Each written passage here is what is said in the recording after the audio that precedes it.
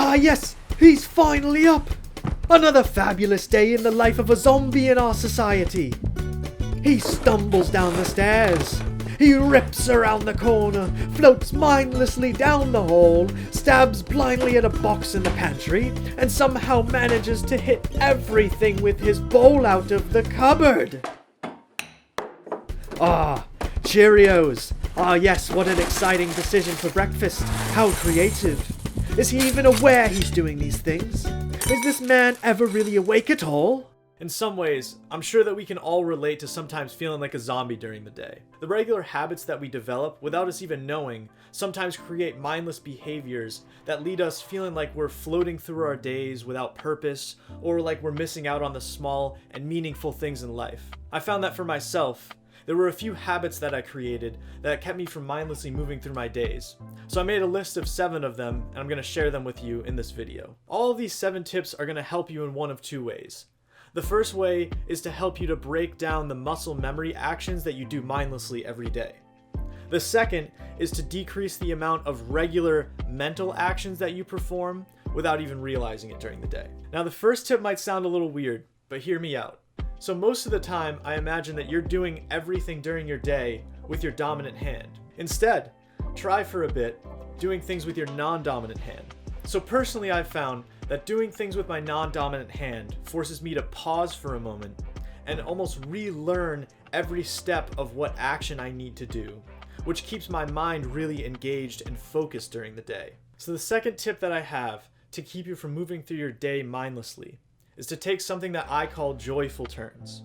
This is something that I came up with about 3 years ago, and it seems a bit silly, but it really can change the way that you move throughout your day in a very subtle way. So a joyful turn is just a different way of going around a 180-degree corner. So instead of just turning normally with, no pep in your step, no excitement like you usually would, which is just so ingrained in our muscle memory, instead, try taking a joyful turn where you walk out, almost do a sort of spin move where your outside shoulder comes in first, and move your feet in a way so that you're always thinking about where your feet are going. Sometimes I do a little snap, something like that.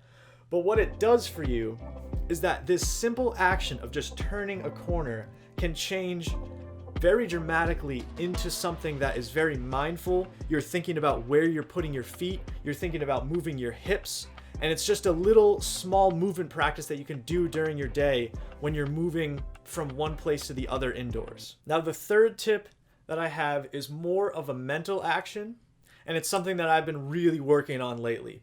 It's about recognizing the pre-programmed responses that we have in social situations.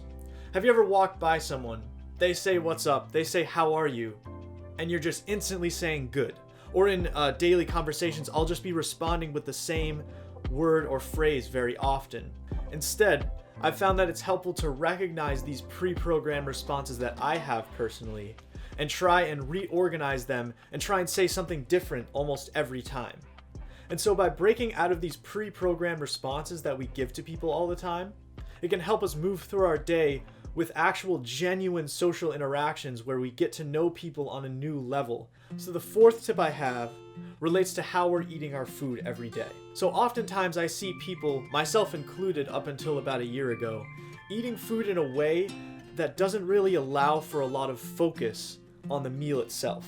While Hola Rahula once said, who is one of my favorite Buddhist authors, that if you see a man in a coffee shop eating food and at the same time reading a book, or maybe in more modern day, eating food and at the same time watching a TV show, something like that, you might wonder what action they are doing. Are they doing one or the other actions? Are they doing both actions? Are they a very productive person?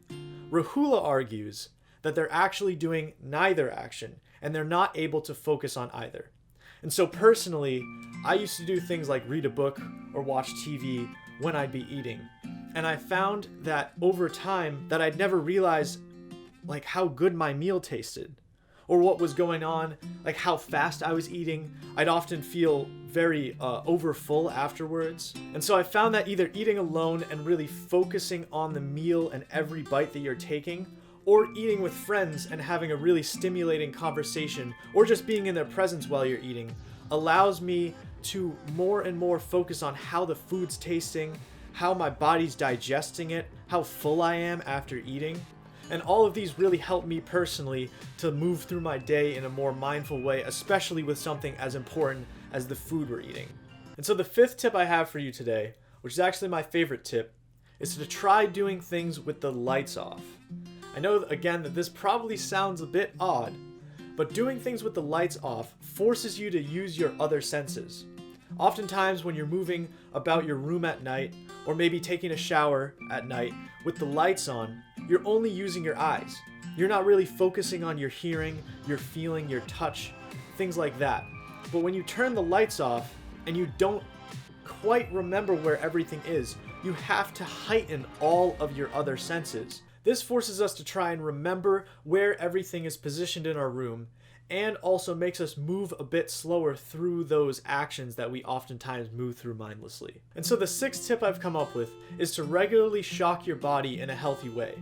And I'm not talking about electricity, I'm talking about the cold. By taking either cold showers, or if you're in a colder climate, walking outside in the cold for extended periods of time, especially with a bit less clothing on, really forces you to wake up to the reality that you're alive, and makes you really connect with the bodily functions that are going on inside of you all the time.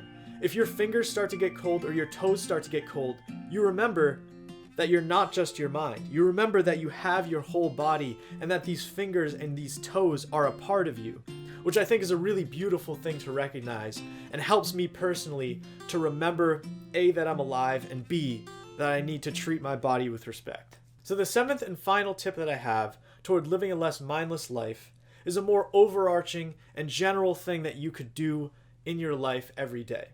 And this is to slow down. By slowing our physical movements down and our mental actions down, it forces us to reevaluate everything that we're doing during the day and really think, is this something that I want to be doing? How am I doing this? And how is this benefiting me during the day?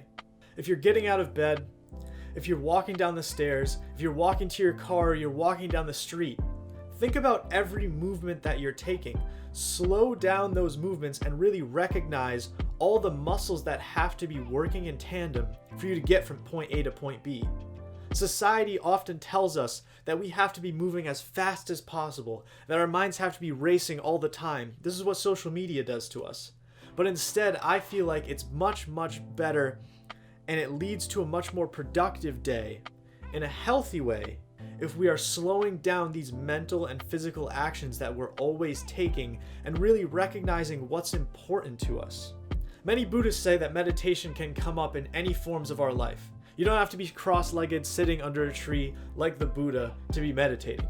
You could be doing the dishes, you could be waking up, you could be going to bed, you could be doing a daily, monotonous seeming task like folding clothes. And if you treat it as a meditation and you slow down a bit, you can really move through it in a mindful way that will lead you more and more toward a fulfilling life, which is a life of just being, and being the things that we are. That's all I have for you today. Those are the 7 tips. Let me know if they were helpful.